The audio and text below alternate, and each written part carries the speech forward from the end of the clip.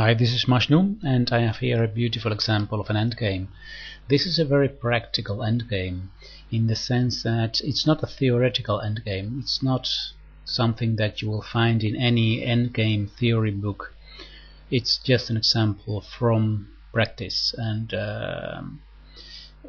here it's white to move, and it's very interesting to look at this position because it looks as if black has built a very strong fortress in the sense that this pawn on g6 is guarding these two squares, so the black king cannot enter there. Now this bishop is in the same diagonal as this pawn, so advancing this pawn would lose a pawn. And on the other side of the board also the two bishops are controlling these important squares, so it looks as if the white king will never be able to enter into the enemy camp.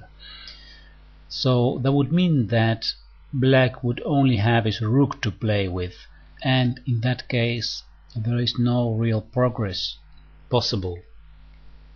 Now if you would like to see this as a training exercise, then I want to ask you to pause the video and have a look if you can find a way to win this position, or at least to come a bit further with this position. Let me put it that way, to come a bit further with this position with white.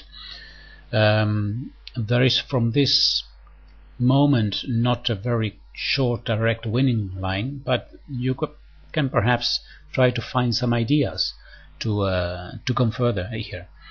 Okay, I'll continue the explanation, so if you want to think for yourself, stop the video now, because I'm going to show you what happened in the game. The first move is something really beautiful. White sacrifices a pawn. He plays h5, sacrificing this pawn, and the idea is that, well, let's first have a short look that black must take this pawn, because if black doesn't take it, then h6 will follow and this pawn will advance. So there is no other choice for black than taking here on h5. And the consequence of this is that the f5 square now has become as an open door for the white king to enter into the enemy camp. And on the other hand, white must be very careful because this pawn looks like a dangerous weapon. The game continued with king to f5, and here black thought that white was making a mistake, that white was overplaying his hand, allowing this pawn to advance, so black played h4 here. Later I'm going to show you another variation, but let's first have a look at how the game continued, because here white continued with g6, h3, now king to e6, h2, and it looks as if the black player is right. The black pawn is impossible to stop, but here comes a surprise. Rook takes e8 check. This is the tactical part of endgames. Now of course not king takes e8, because in that case we simply advance here, and the next move after h1 then there is g8 checkmate. So this rook may not be taken. So what black did is he played king to g7. Now still it looks as if black is going to advance his pawn later and black will win. But black found here a very beautiful move.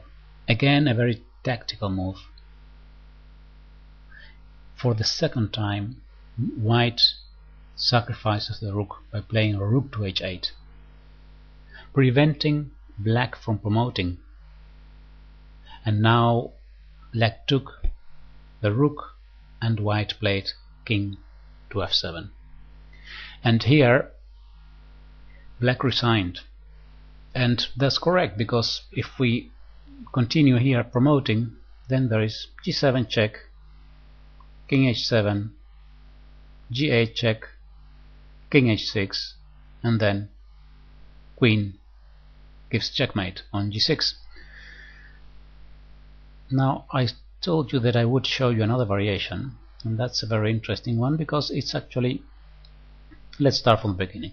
So h5, take, king f5. That's the plan of white. Now h4 was played by black, and actually here black could have saved the game, and this is a very interesting line. If he plays king to e7 and white continues with g6, then black has bishop to d7 check. So with king to e7 he unpins his bishop. King to g5, and now it's important not to advance the pawn, because if you play h4 here, then again g7 will be played and this pawn is unstoppable. But instead of h4 there is bishop to d2 check, and as you can see, black now gives back this pawn. King takes h5, and a very beautiful move follows, bishop to e8. With bishop to e8 the pawn on g6 is pinned now, and as you can see, the king has nowhere to go without losing this pawn. So that means that, one more time, it's only the rook that can be played here, and the rook has no really good attacking chances here. Wherever he goes, everything is defended, and there's just no way to come further. So this is well, a very balanced position, let's say, where it's impossible to break this balance. So this is well, we can say it's a draw. Here in this position the players could agree a draw. Back to the important moments in this example. Well, actually the first move h5 is very interesting because it's the only way to try something. And here, after king to f5, black should have calculated really a long line to see that h4 was losing, but he didn't see it, so he played h4 here, the losing move actually. After g6, h3, king e6. By the way, not king f6, huh? That's, I think, for many already clear, because then there is a check. Yeah, king f6 would threaten g7, but there is a check here. Yeah, and if then the king goes to e6, then suddenly h2 is winning. If we try the same trick as earlier by taking here, then king to g7 is now saving the game, actually winning the game for black, because white doesn't have anymore this rook h8 idea, because the bishop is in between. So after rook h8, then black simply promotes to a queen and wins the game.